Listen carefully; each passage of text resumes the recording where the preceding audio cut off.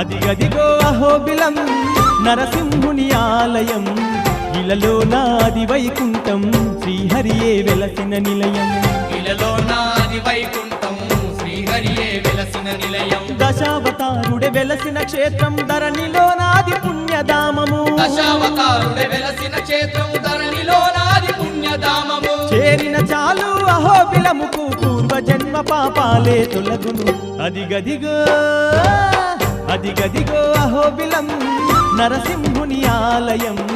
ఇలలో నాది వైకుంఠం శ్రీహరియే వెలసిన నిలయం ఇలలో నాది వైకుంఠం శ్రీహరియే వెలసిన నిలయం